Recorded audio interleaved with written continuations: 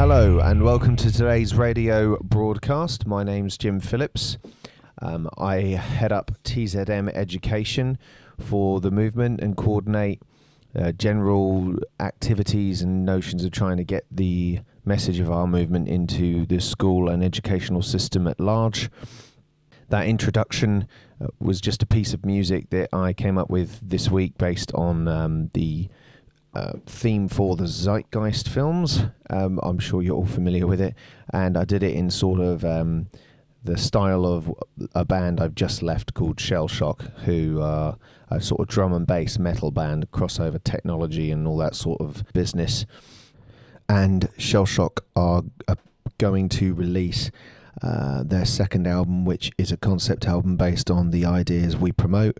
As I said, it's very much based on technology, which I've always been interested in. So when I came across the movement, it was just parallel to a lot of my values and a lot of the things that my band in particular have been talking about in their music and had reflected in our setup. It's quite different. The whole notion of it is to embrace the idea of computerized technology to make music and the freedom it gives you. So rather than being limited by 4 people in a band room who can only do certain things, I wanted everything. So if I wanted to put tablas in my music or a 40-piece orchestra, then I wanted to be able to do that and not be restricted. So by utilizing technology and backing tracks and having a drum kit that changes throughout between different drum kits rather than just being limited to one, and using a digital setup, and you're able to open up many different avenues of being able to play music. There's no other band out there with Shell Shock's particular setup. It's completely original for the style of music they do, so that it's not restricted in musical terms. When the Venus Project and the Zeitgeist Movement came along and I saw that we could do a similar thing with society, it obviously made sense because I was already doing it in music. And it's funny, you know, when we started to use this setup in our circles, there's certain people who would come up and say, "You can't do that," and then they'd see us using it and go, "Wow, you guys really pull that off." And actually, I don't mind digital drum kits now, they're quite cool.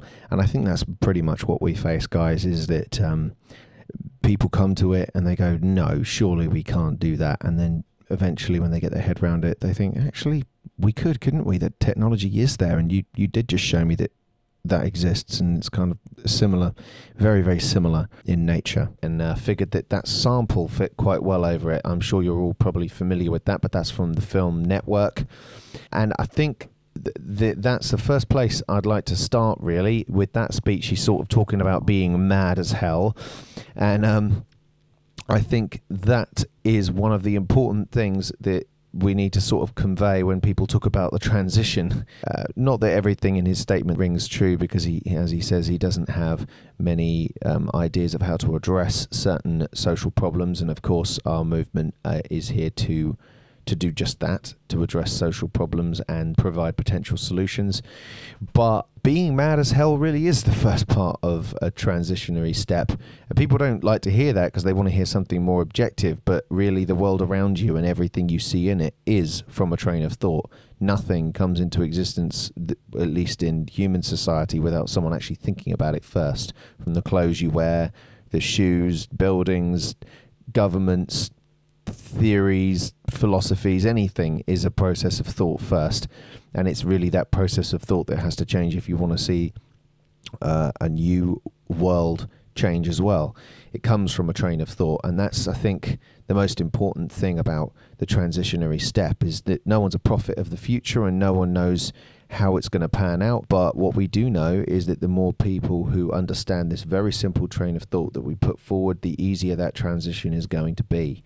I think Peter put it best quite a while ago, and this has always stuck in my head because it's just so simplistic when you're trying to explain the transition to anybody. And that is, just because it's difficult to get from A to B doesn't resolve the need to do so. I did a front room presentation the other day for a few friends, which I'll talk about in a little bit more detail in just a second.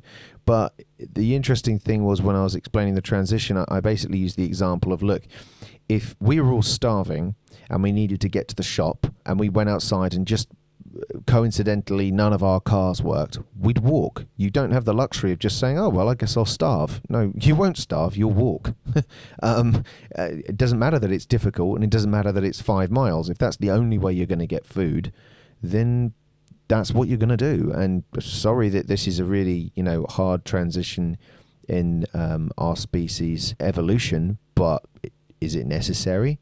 Well, yeah, we've got resource depletion, we've got artificial barriers that separate us, we've got self-preservating profit motive at the root of our society, we've got lots of problems, and they need to be addressed if you want to actually have a sustainable world culture. So yeah, sorry, what did you expect?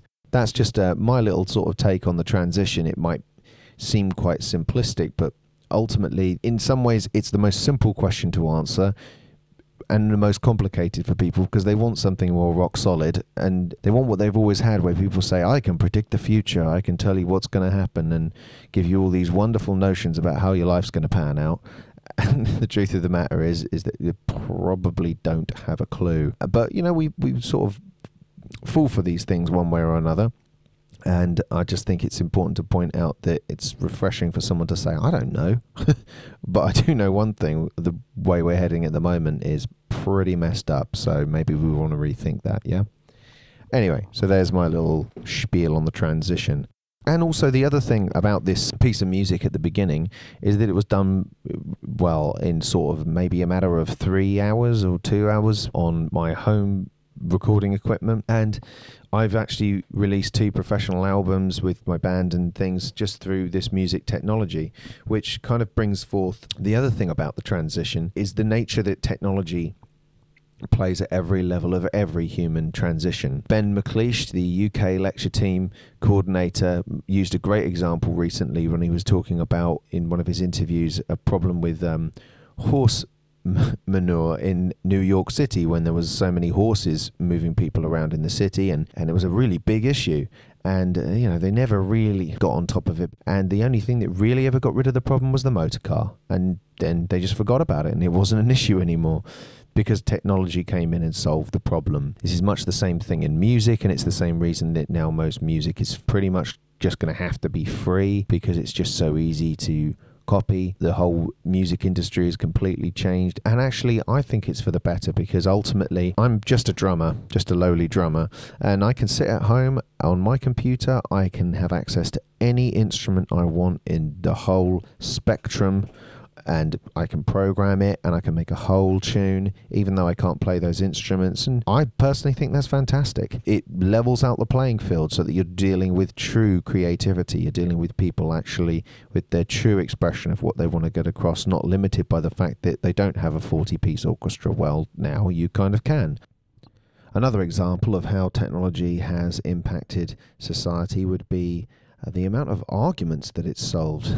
I don't know whether any of you have thought about this before, but in the days before the internet, if you're sitting around with your mates, you're having a good old Barney about, I don't know, what year your team won the FA Cup, or it could be something more serious, perhaps. But you're having this debate, and because you don't have a library on your doorstep, the damn thing goes on for 4 hours and wastes everybody's night and everybody's good time. Now you don't have to worry about that anymore with Google. Just switch Google on and Google it, and the argument is over. Amen to that. We have this kind of romanticism built into our culture of the hero, who comes and saves the day. So I think I heard this example from Jacques once, where he was talking about you have a family that go over the edge of a cliff in their car because the road defenses weren't put up properly, or there weren't any road defenses, and they go over and they crash at the bottom, and they're just about alive, and someone sees the crash and they stop their car and they climb courageously down the hill and stay with them and phone the air ambulance, and they go off. And the next day in the paper, everybody writes up about how brave all of these people were, the person that stopped and how nice they were, and the ambulance driver. Now, you never ever hear about the technician who comes along and builds a roadblock at that particular point to make sure that accident never happens again. In fact, you might not even get a write-up in the paper of a year later when another car load of people on exactly that same stretch of road, crash into the barrier, but don't go over the cliff, and no one ends up nearly dying. You may not even hear about that crash in your newspaper, and you certainly won't hear about the engineer. He won't be given a cape and everything. But it's those people who progressively move us further forward to a state of better social health and systems by doing something objective in the environment that actually improves living standards, conditions, safety mechanisms to make sure that we're taken care of. Now, of course, the pinnacle of a road design is not exactly what we have at the moment, and building the barrier might not even be necessary if you rebuilt your culture in a sensible manner rather than our scarcity orientated one now. But that's besides the point. Hopefully you follow that example of how technology once again, and the people who employ it, are ignored in favor of the superhero in question. So that's that. And so this front room presentation I did last night was quite interesting. It was basically a journalist for local media who I knew from a while ago, who I just got in contact with on Facebook, and she said, why don't you come round on Saturday night? We'll have a couple of drinks and a few bites to eat, and I'll bring some of my friends around who are interested in this kind of stuff, and we'll just have a little meeting, do a little presentation for us, and we'll have a chat. And it was a really good night. I enjoyed myself, and I think everybody else did. And it was good fun, and ultimately didn't cost me anything to put on. And although it didn't reach loads of people, I wasn't doing anything else that night. And it was nice to sit down and really outline the train of thought in some detail. Obviously, what we want to be doing is thinking strategically, as I mentioned in my last radio broadcast, about reaching as many people as possible. But this could be a good move for getting the word out there by maybe just putting some ads around, or just speaking to your friends and just saying, look, I can come around your house and invite a few mates and we'll put the world to rights. I'll give you a little presentation on this new idea that you haven't heard before, and you can either take that information and do with it what you will.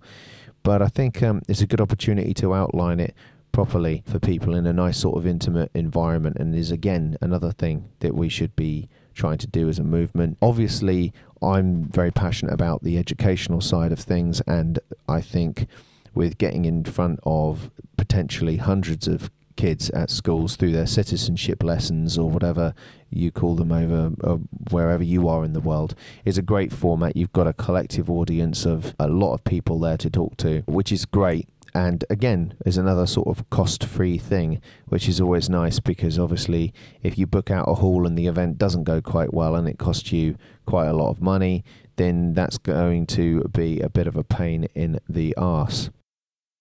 So what's in store for you on this show? Well, it's a little bit of an impromptu show. I wrote down things on a sheet of paper, and I'm just going to kind of go through them as I get to them. Several issues to sort of address.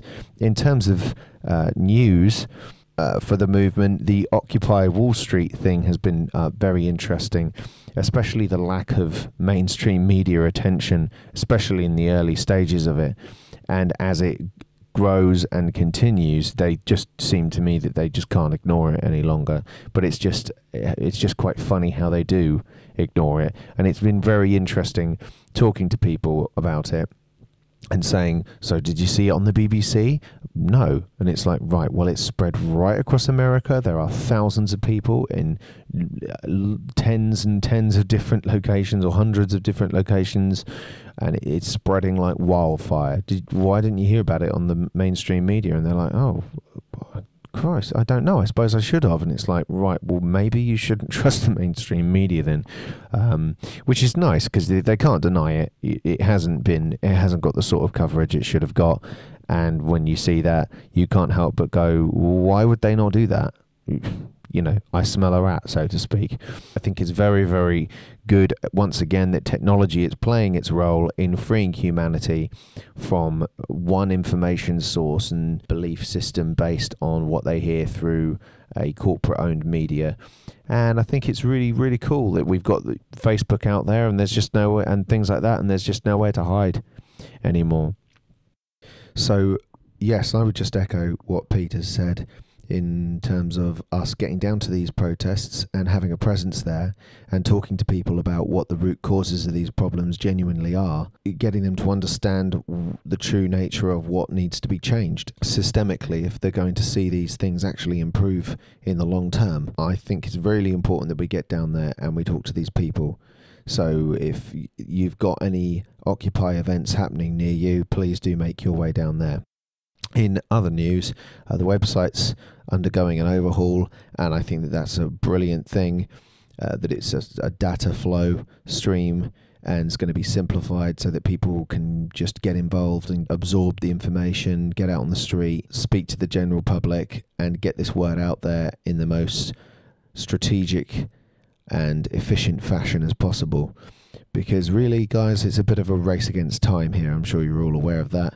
So the faster we are almost outward looking and getting the message out there, and the more efficient we are at doing that, then the faster you'll see this transition occurring, and the more peaceful it will be ultimately, when people understand the direction in which we need to head. So naturally, I'm going to do a little bit of talking about education and the education system, just echoing what I said on the last radio broadcast.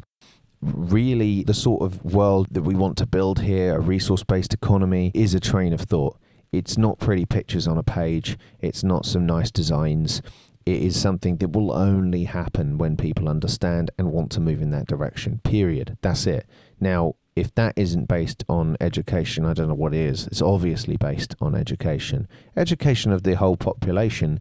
But for me, if you're trying to get a critical mass and people to see that there is a movement that's viable and people are moving towards it, you have to go for the low-hanging fruit, so to speak. And for me, that's the younger generation. They haven't been as culturally indoctrinated into a belief system or erroneous cul-de-sacs in their thinking processes. And I think really we're talking about kids. They have an open mind. They're the ones who are going to have to build this world. And for me, they're the ones who have to be reached with this message, because they are the more likely to have to deal with the problems that the adult world has left them, and previous generations, of course. That's what I always say to my students, by the way. I'm always kind of like, so the world's not in a great state, yeah? Right, and adults turn around to you and have the audacity to tell you how to behave. Are you sure? Not that obviously certain things that you could tell a child not to do, like, don't touch the hot stove and what have you, are probably relevant. But to be honest, indoctrinating them into a culture that doesn't make any sense at all, soon kids see through that and go, actually, yeah, we need to do something different, don't we? Yes, you do. There's a few things like that I do, to just little phrases just to open up young minds. So for instance, like in the first drum lesson I have with because I'm a drum teacher, by the way, in the first drum lesson I have with a student, one of my first phrases is, okay, I want to make sure that you understand I do not want you to do what I tell you to do. And they're always kind of like, huh? And I'm like, well, I want you to do what I ask you to do because it makes sense. If it doesn't make sense to you, tell me why it doesn't make sense. And if I can't prove myself, then you need to say, no, I'm not going to do that, because why would you want to do something that doesn't make any logical sense? Either I back it up with evidence or you don't do it. Deal? And they always go, well, yeah. And they're kind of like, why the hell is a teacher telling me not to do what he says? They look at you like you're from the planet Zorg or something. But it's always refreshing, because if you are someone who does actually back up what you're saying with evidence, then ultimately, what are people going to do? They're not going to do anything. It's much like the people, they sort of run around in a circle with their head chopped off, and eventually the truth comes out and the truth shall set you free. Just like the world used to be flat and now it's round. Of course, it was always round, but you follow what I'm saying. And really, I'm always very, very intrigued in how language plays such a major role in our conditioning. You get this actually in the school classroom. There's a primary school I teach at, and you walk in to the room, and up on the wall straight ahead of you are the words, do work hard, which I always find interesting because you're always told to work harder, aren't you? Yeah, because dishwashers and washing machines and tumble dryers and cars and roads and planes and trains and all these shortcuts that we have are really testament to our wanting to just work through it and work hard. It's never think hard, is it? And I always say that. It's never think hard, although actually all of those things came about by a product of thought and creativity and intuition and learning and bothering to care about making the boring things in life easier, which brings me on to one of our tenets as a movement, if you're new to this, is technological unemployment.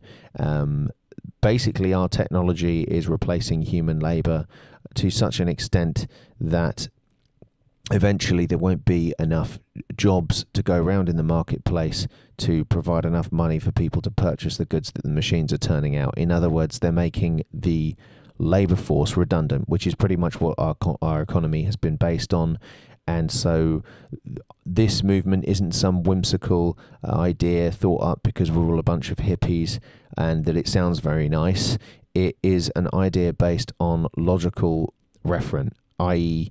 your basis for your economy has been employment, and that is not happening anymore. So you either change or you stick with the status quo that doesn't work anymore, like trying to stick a square peg in a round hole. It's not a case of, I'm sorry, nature's a dictatorship, and it's constantly emergent, and if you don't have a culture and a society that reflects that, using the best tools and the best decision-making methods to ascertain what is more true and more truthful, and going with that for the betterment of you and your fellow human beings, then you're not going to have a very healthy social system.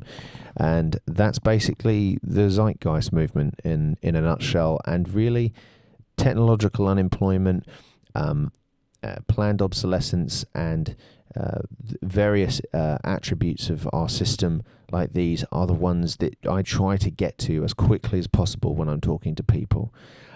Even to the extent where I walked in a shop and I said to the cashier there, I was buying my third memory stick because they keep breaking, and I was buying it, and I said to him, this is my third one, and he went, oh my God. I said, but you know what?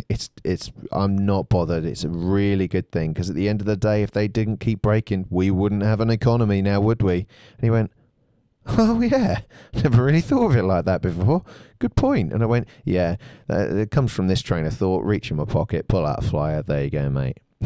It's just easy. Oh, okay, yeah, that's really interesting. All right, I'll check that out, and job done. You could do it that quickly, even if you're handing over money, like at the cash desk.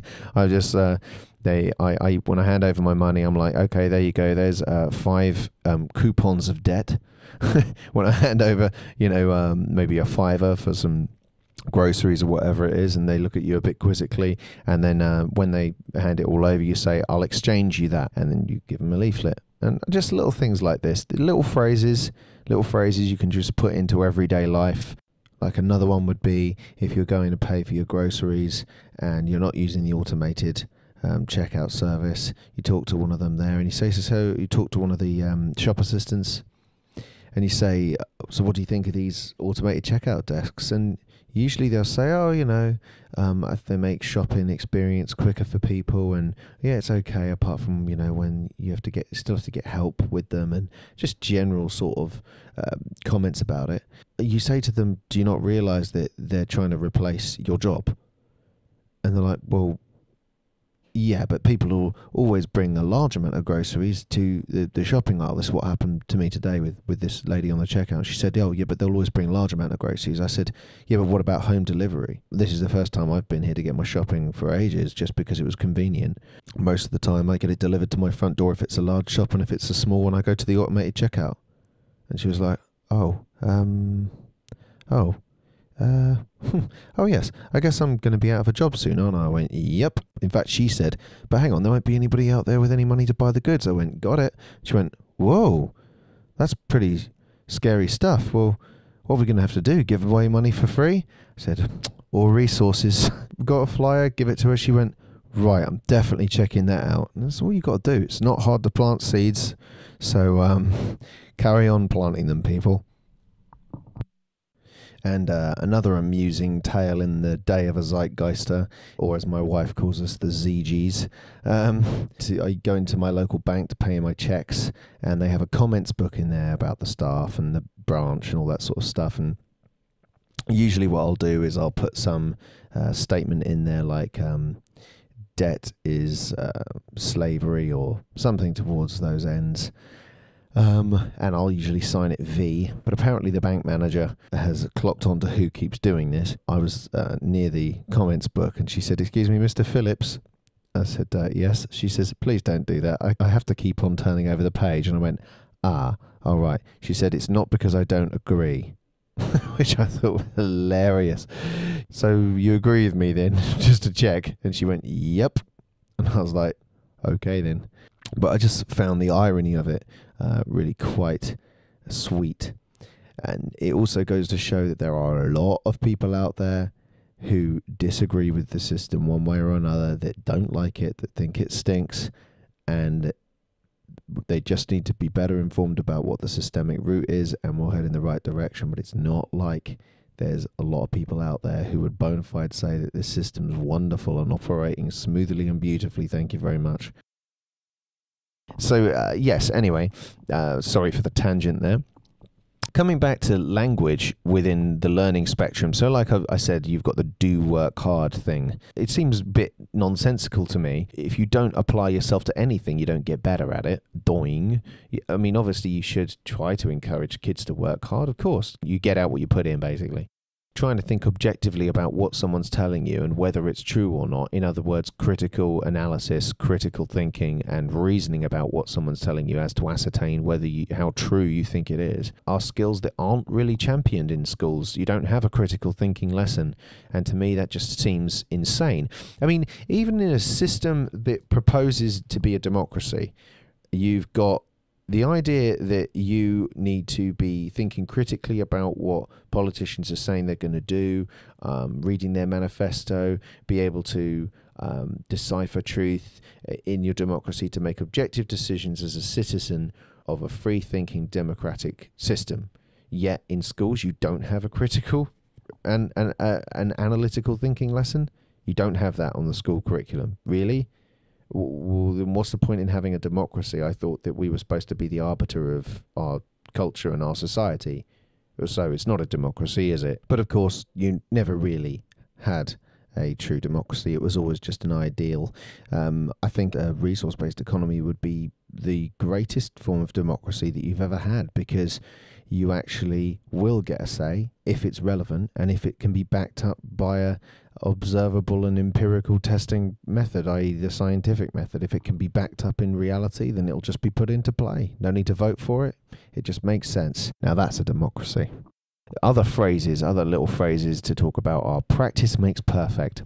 Right, that's a good one. So if you've got a particular approach to something and it's not working, I would suggest that you just try again. Like, if at first you don't succeed, try again, even if it's not working. So if I'm trying to put a square peg in a round hole, I should just carry on, because eventually it will fit. Well, no, it won't. Actually, you need to change your method. That's how science works. You try a hypothesis, and if you don't get the result, you adjust the hypothesis. It's not really complicated. I want to talk to you about a procedure I use for my drum teaching, which I call learning procedure, which I find pretty interesting, because I think you can just about apply this to anything in terms of learning. And it comes from a sort of critical thinking standpoint. And what it is it's a little set of rules that you can use to try to get around any problem whenever you're learning something new. The first one is patterns. Patterns are incredibly important. Obviously, if you're hungry, you don't go to your bedroom, you go to your fridge. That's a pattern. I'm sure you can follow on many, many very simple examples of how patterns help you survive in your environment. And some patterns you develop actually don't go anywhere, and they might be the wrong patterns, but yet you keep repeating them because you repeat patterns. That's what you do. So that's an important part of getting things wrong, and it's obviously also an important part of getting things right. So it's a good idea to notice those patterns. The second one is isolation. If you see a problem arise, you have to isolate the problem, work on it in isolation before going from the beginning or putting everything back together again. It should seem obvious, but we don't always do it, which is just very interesting. Especially in a piece of music, you find someone will get to the end and they'll screw up the end, and you'd think, right, well, they're going to do the ending now, and 90% of people go straight back to the beginning again. And then they get it wrong at the same place at the end, and then they get frustrated, which is very interesting, because they don't have really the right to be frustrated at all when you take a step back and you say, well, why didn't you go from the bit you got wrong? You know, frustration is really a product of poor method and subjective expectation, which is a very, very underrated thing in emotional distress. If you think about this logically, all emotional turmoil and frustration really comes via subjective expectation. So once again, Jacques has talked about this before. In the world, it's what's unreal that hurts you. What's real is real. You being annoyed that your expectations weren't met is inconsequential because they weren't met, and in reality it didn't happen. So you're frustrated by the unreal, which I find helps me deal with things in a much better way. Now I've come to this understanding. We want to change society. We have a solution set, or at least a goal to work towards that makes sense, and we're a group of people who are working towards it. For me, it's been a wonderful release, because for years I've been really pissed off at the system, mad as hell, for a long, long time, and moan about this and moan about that and get annoyed about this and annoyed about that. But really, when I look back on it, I never really had any solutions. I never really had any tangible answers, and now I do. I'm a lot calmer. Eventually, you have to sort of sink down a little bit and realize just how bad things are before you come up the other side. But the wonderful thing now is that rather than just bitching about the world, I feel really powerful, like I can go out and tell people there's a better way, there's a better direction to go in. You don't have to just moan about politicians all your life and get screwed your whole life and then die. Actually, you can stand up and at least tell people there's a better way. And now if they're going to ignore that way or put their own fears in the way, or don't want to go out and get themselves informed and understand that idea, well, that's not something you can really change, but at least you went out there and you did your bit, and I think that's all that really matters at the end of the day. So, but back to this learning procedure thing. The third thing is positivity, and this is quite important. Positive mental thought is a very underrated attribute. People often use the word can't, and this is another thing that I don't have any particular evidence for this point of view, but it seems to ring true to me that people use the word can't in a very frivolous sort of manner. They say, oh, I can't do this beat, or oh, I can't make that meeting. Well, no, you could make that meeting, but you won't make that meeting because you've got other things that you are reinforced more to do than come to my meeting. That would be a more true way of saying, what you intend to do. I can't fly unaided. That would be a reasonable statement to make. But most of the times you use the word can't, it's not applicable. I wonder what psychological impact that's had on us as a culture. I just wonder. I'm just throwing it out there as something to think about. The fact that you've used the word can't, your whole life, probably most of the time you've used it, it's not been used in a relevant way. As Charlie Sheen puts it, can't is the cancer of happen. Winning. Anyway, so you follow what I mean. Positive mental thought, a very interesting thing. If you say to a kid trying to get a beat, usually if they're trying to get a beat, They'll either make mistakes all over the place, which means they have to slow down, which I'll talk about in a minute. But 9 times out of 10, if they might make a mistake in the same place. If you say to them very clearly, just slowly, and you say, look, you're not going to make that mistake again, okay? And they're like, yes, right. Do it again. Don't do that there. Cool? And they're like, yeah. And they don't do it because you stopped, you slowed them down, you focused, that you isolated the point of concern, and they didn't do it again. But people are pattern repeaters, so they'll just repeat the same pattern over and over again. That's why the mistake falls in the same place. Essentially, you can kind of see this in modern culture by the fact that we're like, I know how we're going to solve this war problem. We're going to keep going to war. Because that really works. No. I know how we're going to solve the debt crisis. How? We're going to put more debt into the system. Well, that's brilliant. I tell you what, why don't you solve the oil fire by throwing water on it? It's obviously just an ill-conceived pattern process that people have got themselves into that somehow think works when it quite clearly doesn't. And that's the same in any human thought. And the only way you break the process is by saying, hey, dummy, it doesn't work anymore. Stop doing it. Yeah? Sometimes being a little forceful with things isn't necessarily always a bad thing if you have a point to make. Those are the first 3: pattern, isolation, and positivity, and they're governed by a couple of things. Relaxation. Ultimately, you have to be relaxed in your outlook or your attempt to do anything. Relaxation's very important because you can't repeat a movement or something that works if you're not relaxed in your disposition about going about it. If you take a good musician, for example, if they're playing on stage and people say, oh, don't he make it look easy?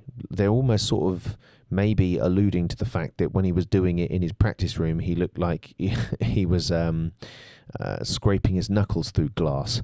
Of course, it's stupid. He doesn't look like that in his practice room. He looks the same way he looks on stage, because if he didn't, he wouldn't be doing it. It looks easy because it is, and because it has to be, because if it's not easy, he can't repeat it. It helps you think clearly as well, rather than be frustrated, as I talked about earlier. And a very important one is tempo, speed. We kind of constantly go at things 1,000 miles an hour, but sometimes slowing down, thinking about what you're doing and going back through the process and stringing the information out is a very, very important thing to do. It's better that you fully understand something before you come at it than half understand it and then steam in there and get it wrong, because unfortunately then people go, this guy just gets things wrong all the time, why would I listen to him? Which isn't good, because it can eternally put you on the back foot. So, and speed, obviously, in drumming terms, is very important. It's funny that we kind of have these cultural stories like the tortoise and the hare. Of course, the funny thing about the tortoise and the hare is that it's actually about complacency, not necessarily about slow and steady wins the race. It's just not necessarily true. The hare got complacent and decided to have a kip. If he'd actually just carried on, he would have beat the tortoise easily. So it's a stupid story. Anyway, a much better way to put it would be that all information compresses over time, and always has done. So, for instance, if you ask a 2-year-old what 2 + 2 is, they might take a little time to give you the answer. And if you ask an adult it, they'll give you it extremely quickly. Now, how unreasonable would it be of you to expect the 2-year-old to give you the answer as quickly as the adult? It would be totally unreasonable, because you understand that that information has to go through a compression process. However, when people are doing music, it's fascinating.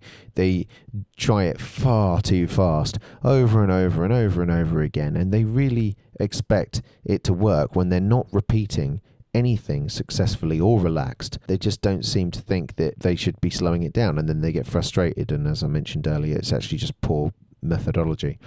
But when you think that you're actually trying to go against the very fabric of nature by going too fast, you might think twice about doing it, or at least it inspires me to want to go slower at something. Yeah, you've got those attributes to learning, which I sort of use as a process, but I have a buzzword that governs that whole process, which is think. As I talked about earlier, don't work hard, think hard. It's not illegal yet. And if you're thinking, how can I get this done? How can I get this task done more efficiently and faster? Then that's a healthy thing to think.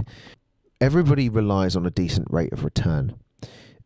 if you do a drumming exercise that really is very short and quite simple, and you have an expectation, so your expectation is that will take you X amount of minutes, and it ends up taking you 6 times as long because you use a poor method. If every time you come to a new pattern and it conceivably takes you far too long, and the process is arduous and long and tiresome and boring, and you get frustrated and you don't like, eventually you're going to give up. It's kind of like going to a restaurant and you might wait half an hour for your food before you say something, and then you might say something else at 45 minutes, and some people will stay for an hour, but no one will stay past that.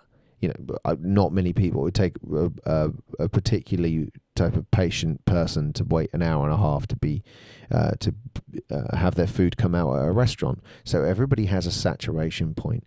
Everybody has a point at which they won't do that activity anymore, and it's usually based on reinforcement. In other words, a decent rate of return from that particular event or phenomena. So drumming is no different. I always come back to that example because it's what I do all day. And if you can get people to get a decent rate of return in a quick manner by using efficient methods, then they're going to want to continue to play drums. That's, as far as I'm concerned, that's it. That's my job, is to help them refine their method of thinking, to be critically analytical of how they're going about things in their methodology and their application to the process. And that's it.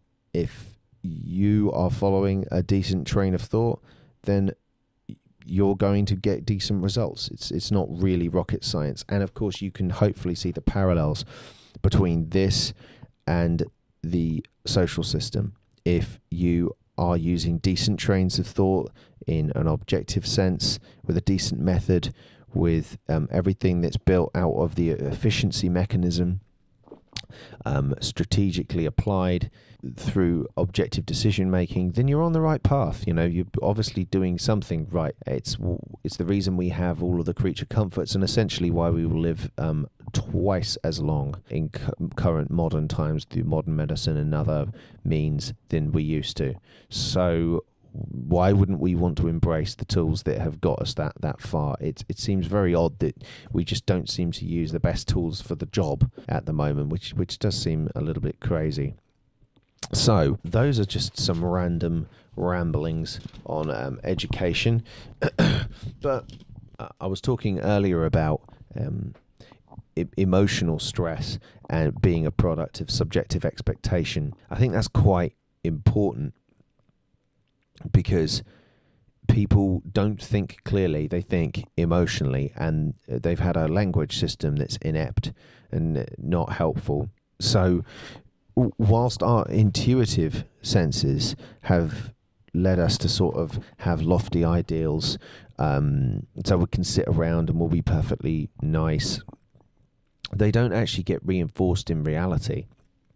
It's lovely that we can sit here and be nice to everybody, and members of the Zeitgeist Movement, are a lovely bunch of people. They're my, new friends and everything. But who knows what would happen if the situation completely changed? I'm a pacifist. I don't like violence. I don't like war. But put me in a kill or be killed situation, I can't tell you what I'd do. I'm sure I'd probably fight for my life, just like anyone else would, given those particular circumstances. I'd rather not. And essentially, I suppose that's kind of, again, another benchmark of what we're talking about. We have a system that's based on fear and intimidation and lies and deceit and all of these things that procure people to have to behave in certain ways. Just like me, if you come to me for a drum lesson and there's a better drum teacher next door in every way, and he's looking for students just the same way I am, and you say, James, who's the best drum teacher for me in the local area? I'm going to lie to you. And I don't want to.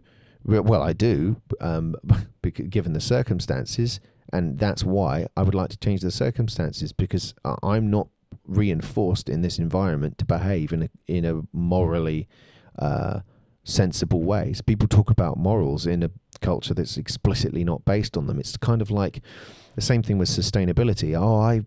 what do you think about environmental sustainability? And the person will say, oh yeah, I think it's a good idea. Right, but you realize your system's explicitly based on wasting resources. It's an anti-economic paradigm, yeah? Economy means to economize, and this system is not based on it. We all know that it's based on consumption, yeah? You understand that? They're like, well, yeah. So, but you asking for sustainability in a system that's based on infinite growth and consumption and waste. It's like asking for people to play football, to play a football match with a rugby ball. It doesn't work. it doesn't work. You realise you have to replace the root of the system and build the sort of ideals into the system in a physically referented way, so that the reinforcers don't reinforce the crappy behaviour you don't want to see anymore. Moral beliefs are nothing unless you actually reinforce them. Yeah, like I say, I could say all the nice words I possibly want, but when I go out in this system, if you ask me that question about my drum teaching, I'm going to have to lie to you. Sorry. And that is what our system is based on. And I think that's what people have got to start trying to understand. Because this waking up business to this train of thought isn't actually a very easy thing to do. And I think we have to remember that as a movement out there. It's very easy to sort of go, oh, why don't these people get it? It's like, well, because either when they first encountered it, they encountered it under the wrong conditions. You might have used the wrong approach. The first time they encountered it, they didn't encounter it in a way that is extensional to their values. But when you do come round to this train of thought and you realize what you have to do, it's a hard thing to live with. Initially, I found it very difficult to look around at the system and just see inefficiency everywhere. So still get up and go to work and everything. But the thing that really does help me is that is just, you either have a solution to tell people about and a way to move forward, and you do something for it, and every day it makes me feel better that I do something for this direction, or you don't, and you have to live with your frustration, and that's it. In a sense, there's really no point worrying about anything, because if you've got a solution, then great, use it. You don't need to worry anymore. If you're looking for a solution, then you need a clear mind to look for that. So calm down, relax, isolate the problem. Let's look at it objectively. Let's study, let's learn, let's try and find a way around this problem. There's no point worrying about it. Let's just find out how to get around it. Or you actually don't have a flipping clue and you're not going to apply yourself to even bothering to find out. In that case, why worry? There's no point. You don't have a solution. I suppose it's just a little bit of advice, sometimes hypocritical, because I obviously lose my temper sometimes and get frustrated just like anybody else. But it's nice to just bring yourself back down to earth and recognize where you are in reality in this system, and what you're trying to do to change it. I think that's where I get my sort of happy vibes from, so I don't think about the sort of giant vat of shit that we're all swimming in at the moment, because that can get you down. Anyway, so one really liberating thing I've found since coming to this movement is the massive dropping of opinions. I don't know if anybody else out there has noticed this. Of course, I'm really talking about the dropping of opinions within the context of this system and trying to solve problems within this system. So for instance, I'll give you an example, like overpopulation. Overpopulation's such a funny opinion. I used to think, loads of human beings, we're really overpopulated. And one of my friends said to me, he said, James, so we're overpopulated, yeah? And I'm like, apparently. And he said, because every time I go up in a plane and look out the window, all I see are fields. Where are all these people, dude? Just because it's a large number, it doesn't mean we're overpopulated. We're overpopulated for this system. We're overpopulated in a system that's based on explicit waste. That's what we're overpopulated for. If you change the rules of the game, we're not overpopulated by a long stretch. We haven't even started to populate the oceans yet. We can support far more people on a system based on strategic access, energy, efficient energy usage, conservation, renewability.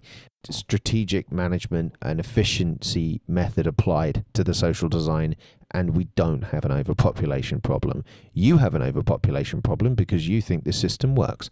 I think the system sucks and needs changing, so I am liberated from even entering into this discussion in one sense or another, because I'd rather you understand this train of thought, and then it just won't matter anymore to a certain extent, or at least not in the way you understand it. In a resource-based economy, yes, if the people would be educated to understand that if the resource capacity doesn't match the population, then you're going to have scarcity problems, and you're going to have territorial disputes, poverty, war, and all the problems are going to go out again, and hopefully they'll be educated to understand that. But that's a totally different frame of working at the problem.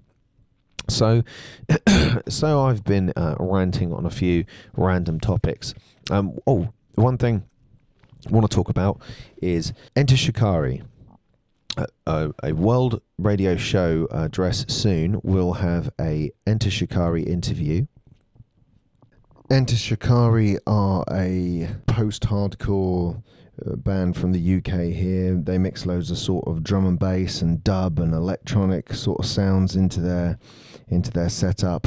They're really original, really decent band actually, and a lovely bunch of guys, and they support the Zeitgeist Movement and have asked if we can have a presence at their shows to help spread this message.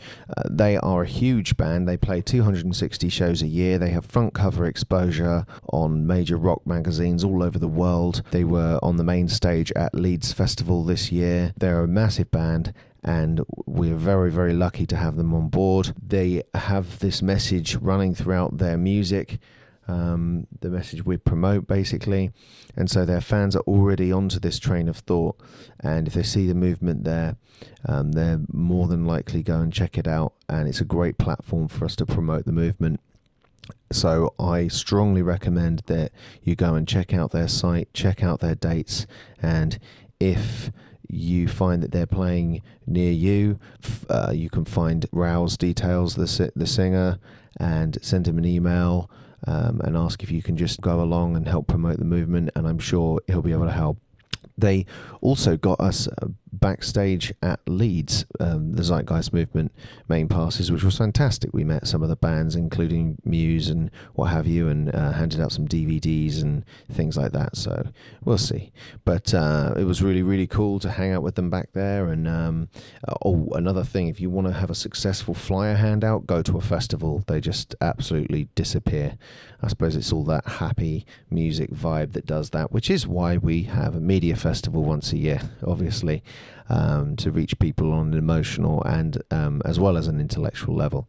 Anyway, I'm just about out of time, so thanks very much for listening to me today, guys. Just going to give my website a little bit of a plug, which is www.tzmeducation.org. If you can provide any case studies that help validate this direction, and want to use any of the information at the site or on the activism section to get into your local schools to talk to kids, feel free. You can get in touch with me through that website as well. If anyone in the UK wants to help me out with this direction, please do get in contact, because I need all the help I can get. And I hope you all stay well. I'm going to close this broadcast kind of the way I started it, about the transition. As it said at the front, the first thing you've got to do is get mad as hell and tell people that this shit's got to go. Okay, people, take care of yourselves. This is a track called Focus from Shell Shock.